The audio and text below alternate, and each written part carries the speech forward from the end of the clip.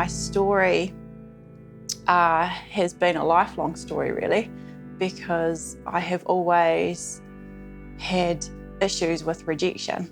As a kid, what that rejection felt like, it felt like there was something wrong with me, like there was something broken inside of me, and I believed that I was different for that reason, and that I was always on the outside, never quite fitting in, always excluded. It felt like I didn't have any friends, and particularly girls and teenage girls.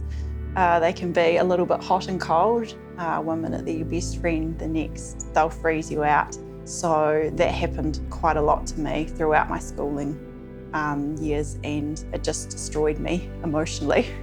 So coming into adulthood, of course, I got very good at putting up walls.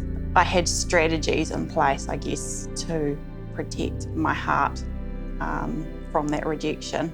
And if anybody ever said or did anything to even slightly trigger that hurt in me, I would immediately put distance between us in that relationship. I wouldn't initiate anything, because if I initiated something and then the other person said no, well, that was just huge rejection. I wouldn't host, or I wouldn't do anything for my birthday or anything like that, because I believed that people wouldn't want to come.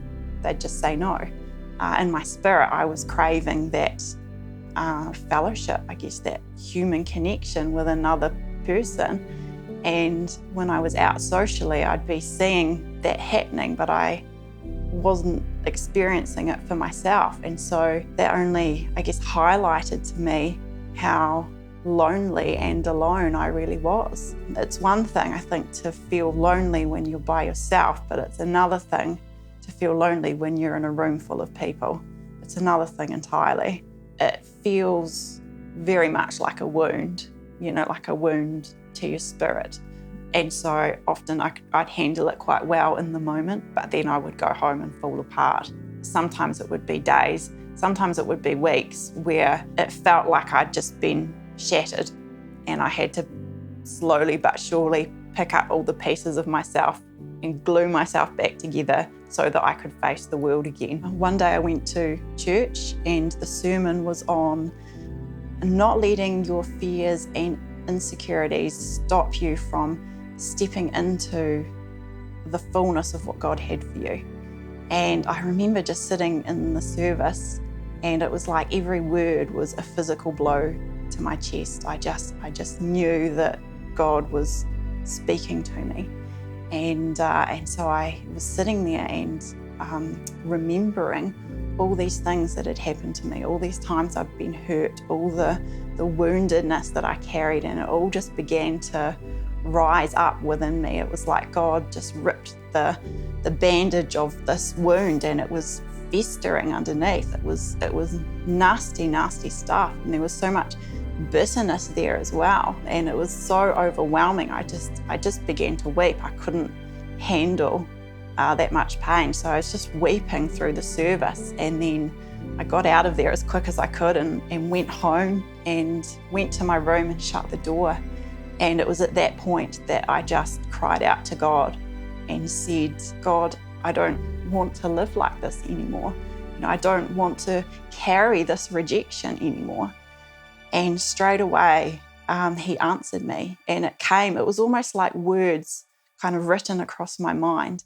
And he said, just put it down. And then at that point, my eyes were opened, and I realized that actually I didn't have to carry it, that I could put it down. I could just put it down and walk away and never look back.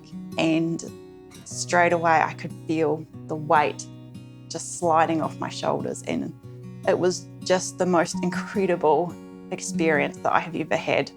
I knew in that instant, straight away, I knew that he had healed me and he had set me free, and that I was going to be a new person from that moment on. Yeah. Each day since then, I guess, has just been like a new discovery of the new me.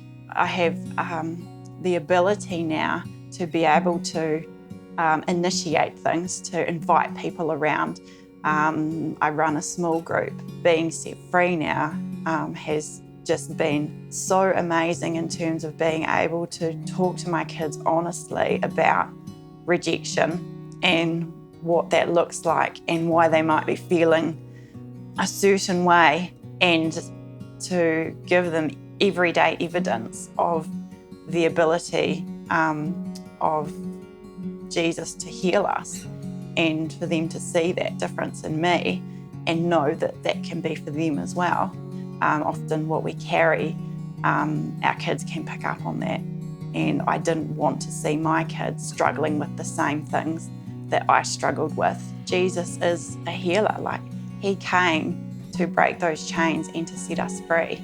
And he did it for me. And I believe he can do it for anyone who is willing to just lay it all down before him.